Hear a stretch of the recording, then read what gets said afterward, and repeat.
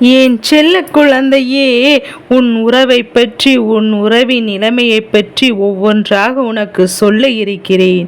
இது உன் வாழ்க்கையில் நீ தெரிந்து கொள்ள வேண்டியது அவசியமான ஒன்று. இந்த வாய்ப்பினை நீ தவற விட்டு விடாதே. ஏனென்றால் என் அன்பு குழந்தையே, சில உறவுகள் கஷ்டப்படுத்தி தனிமையில் விட்டு சென்று விட்டது. அதனால் என் குழந்தையே, வாழ்க்கையில் மிக பெரிய பாதிப்பு ஏற்பட்டிருக்கின்றதல்லவா?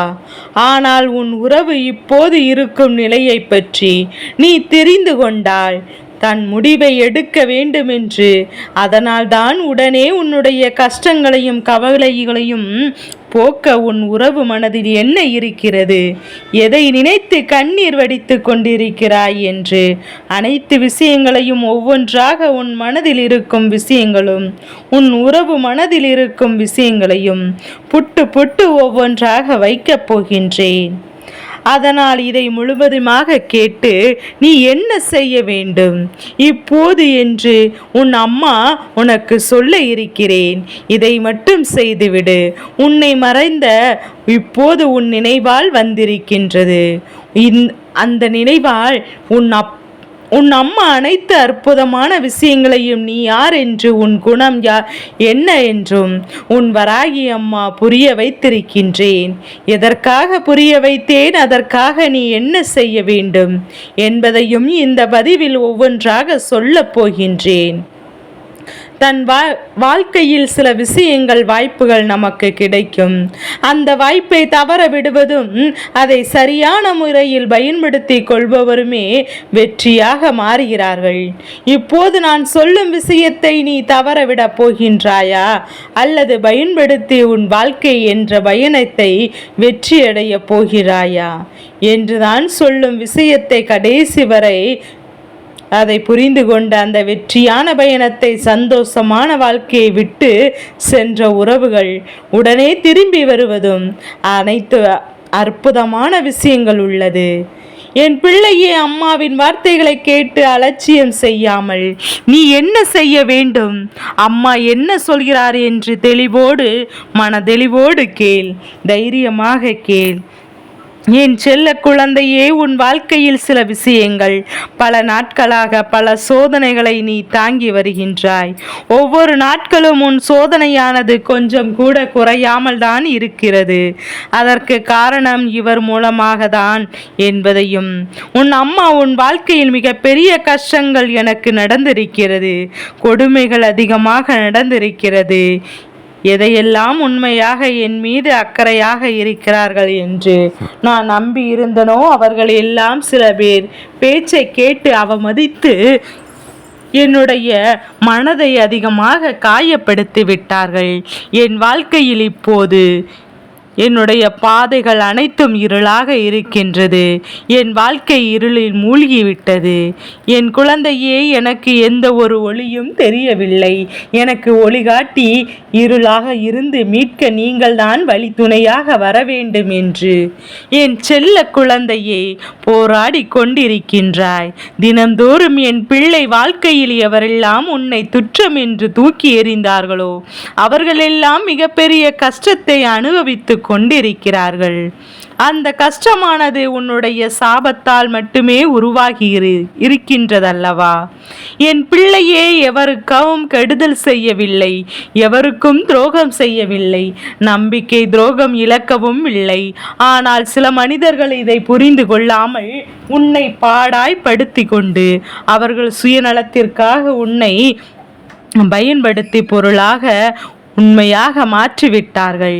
என் குழந்தையை, அன்பிற்கு அடிமையாகி இன்று அனைத்திற்குமே அடிமையாகி வாழ்வா சாவா என்ற போராட்டத்தை கடந்து கொண்டிருக்கின்றாய். இதற்கெல்லாம் தீர்வுகளை உன் அம்மா வராகி அம்மா கொடுக்கத்தானே வந்திருக்கிறேன். ஒருபோதும் கவலைப்படாதே. ஏனென்றால் உன் அம்மா எதை பார்த்தும் கொண்டும் உனக்கு துரோகம் நடக்கிறது, உன்னை சுற்றி ஏமாற்றங்கள் நடக்கிறது. அப்படி என்றால் நான் மௌனமாக கடந்து இழந்து விடுவேன் என்று நினைத்து விட்டாயா? இந்த அம்மா மௌனமாக இருப்பதற்கு காரணம் உண்டு. ஆனால் உன் வராகிதாயானவள் அந்த இடத்திலிருந்து செய்து கொண்டிருக்கிறேன். எவர் உன்னை ஏமாற்றியாரோ அவருக்கு தண்டனை அளித்தே தீருவேன். உன்னுடைய உணர்வு, பாசம், அன்பு, செயல்கள் அத்தனையும் புரிய வைக்க வேண்டும். உன் அம்மா கேட்டாய் அல்லவா? அத்தனையும் இந்த இடத்தில் இருந்தபடியே அனைத்தையும் என்னுடைய லீலைகள் உன்னுடைய வாழ்க்கையில் தொடங்கிவிட்டது. ஆனால் இனிமேல் எந்த விஷயத்தில் உன் வாழ்க்கையில் நடக்கவில்லை. நான் அம்மாவிடம் கேட்டது எதுவும் கொடுக்கவில்லை என்று நினைத்து வருந்தாதே. ஏனென்றால் உன்னை தேடி அவர்கள் மன்னிப்பு கேட்பதற்கு தயாராகிவிட்டார்கள். அனைத்து விஷயங்களையும் புரிந்துவிட்டு உன் மனது என்ன, குணம் என்ன, நீ யார் என்று அத்தனையும் உன் அம்மா தெரிவித்து விட்டேன். சில உறவுகள் உன்னை அதிகமாக காயப்படுத்தி விட்டார்கள். அதற்கான தண்டனையை அனுபவிக்கத்தான் இத்தனை காலமும் ஏற்பட்டது. உன் அம்மா எனக்கு விரைவில் எந்த விஷயத்தையும் செய்யவில்லை, எனக்கு எந்த விஷயத்தையும் கொடுக்கவில்லை என்று உன் அம்மாவின் மீது கோபித்து கொண்டாய் அல்லவா? ஏசினாய் அல்லவா? கோபித்து அதிகமாக இதுவெல்லாம் உன் அம்மா உடலுக்கான சொல்லி கொண்டுதான் இருக்கின்றாய். சில நேரங்களில் இந்த அம்மாவின் வார்த்தைகளை கூர்மையாக கவனிக்கின்றாய். சில நேரங்களில் அம்மா என்றும் அலட்சியமாக விட்டு விடுகின்றாய். நீ உஷாராக இருந்தாலும் அலட்சியமாக இருந்தாலும் எச்சரிக்கைப்படுத்துவது என்னுடைய கடமையாகும். இந்த வாழ்க்கையில் எந்த பாதையில் எப்படி பயணித்தாய்? உனக்கு கஷ்டம் இல்லாமல் சந்தோஷத்தை மட்டும் கொடுக்க முடியும். எந்த அளவில் இருக்க வேண்டும் என்றெல்லாம் யாரிடம் பழக வேண்டும், யாரிடம் உன்னுடைய ரகசியங்களை சொல்லக்கூடாது, எவரிடம் அனைத்து விஷயங்களையும் பகிர வேண்டும் என்று தினந்தோறும் உனக்காக வந்து என்னுடைய அனைத்து லீலைகளையும் சொல்லிக்கொண்டுதான் இருக்கிறேன். என் அன்பு குழந்தையே, இந்த விஷயங்களும் இந்த முறையில் நீ சரியாக பயணித்தால் வெற்றி கிடைக்கும். இந்த பாதையில் செல்லாதே. இந்த நபரிடம் மௌனத்தை கடைபிடி, இவரிடம் கோபம் கொள்ளாதே என்று உனக்காக தானே தினந்தோறும் வருகிறேன். என் பிள்ளையே, என் கஷ்டத்தை பார்க்க என் அம்மா வரவில்லை என்று என் கஷ்டங்கள் புரியவில்லையே என் அம்மாவிற்கு. ஆனால் தான் என்னை கண்ணீர் வடித்து பார்த்து கொண்டிருக்கிறாரோ என்று உன்னுடைய நாவில் அம்மாவின் மீது அதிக கோபப்படுகின்றாய். ஆனால் உன்னை கண்ணீர் வடிப்பதற்கு கஷ்டப்படுத்துவதற்கும் உன் வாழ்வில் உன் வராகி அம்மா நான் வந்திருக்கின்றேன் என்று நினைத்துள்ளாய். வர வைத்துள்ளேன், அதுவும் இல்லை என் குழந்தையே. எவரும் உன்னை ஏமாற்றிவிடக்கூடாது, எவராலும் நீ கஷ்டப்படக்கூடாது என்பதற்காகத்தான் உன் வாழ்க்கையில் நான் வந்திருக்கிறேன் என்பதை புரிந்து கொள். இனிமேலாவது இந்த வாழ்க்கையில் எந்த திசையிலும் எந்த வகையிலும் உனக்கு எதுவும் நேராது. உன்னை அன்பாக பார்த்திருப்பேன். உனக்கு அளவில்லாத அன்பை கொடு. வார்த்தைகள் அள்ளி வீசும் போது மயங்கி விடாதே. உன் உறவானது இப்போது உன் மீது கோபம் இல்லாமல் உன்னை புரிந்து கொண்டு விட்டது. உன்னை நினைத்து அவர்கள் அழுதுபோது நிச்சயமாக உன்னுடைய உறவின் மனதில் இதுதான் ஆழமாக பதிந்திருக்கின்றது என்பதையும் என் பிள்ளை புரிந்து கொள். இப்போது உன் மனதில் ஆழமாக இருப்பது நான் கேட்டது கிடைக்கவில்லை, என் அம்மா கொடுக்கவில்லை, என் வாழ்க்கையில் நல்லதே நடக்காது என்று உன் மனதில் நீ ஆழமாக பதித்து வைத்திருக்கின்றாய். அந்த எண்ணத்தை இன்று இந்த பதிவினை கேட்ட பிறகாவது என் பிள்ளைக்கு அதை தூக்கி எறிந்துவிட மனசு இருக்கின்றதல்லவா? உன் வாழ்க்கையை வரப்போகின்றது, சந்தோஷமாக நாள் வரப்போகின்றது என்பதையும் புரிந்து கொண்டு இந்த வராகி அம்மா உன் வாழ்க்கையில் எப்போதும் எதுவும் நடக்காது என்று நினைத்து விடாதே என்று சொல்வதற்காக உன் இல்லம் தேடி வந்திருக்கின்றேன். கிடைக்க வேண்டிய விஷயம் எந்த ரூபத்திலும் எந்த மனிதர்கள் ரூபத்திலும் தடுத்தாலும் உனக்கு கிடைக்க வேண்டிய விஷயங்கள் அதே நேரத்தில் கண்டிப்பாக கிடைக்கும். ஆனால் உன் அம்மா கொடுக்கவில்லையே, காலதாமதமாகிறதே என்று சொல்லி நீ புலம்பிக் கொண்டிருக்கின்றாய் அல்லவா? என் அன்பு குழந்தையே, இனிமேல் அதை செய்யாதே. என் குழந்தையே, எப்போதும் உன் வராகி அம்மா சொல்லிய விஷயம் அனைத்துமே நடக்கும்.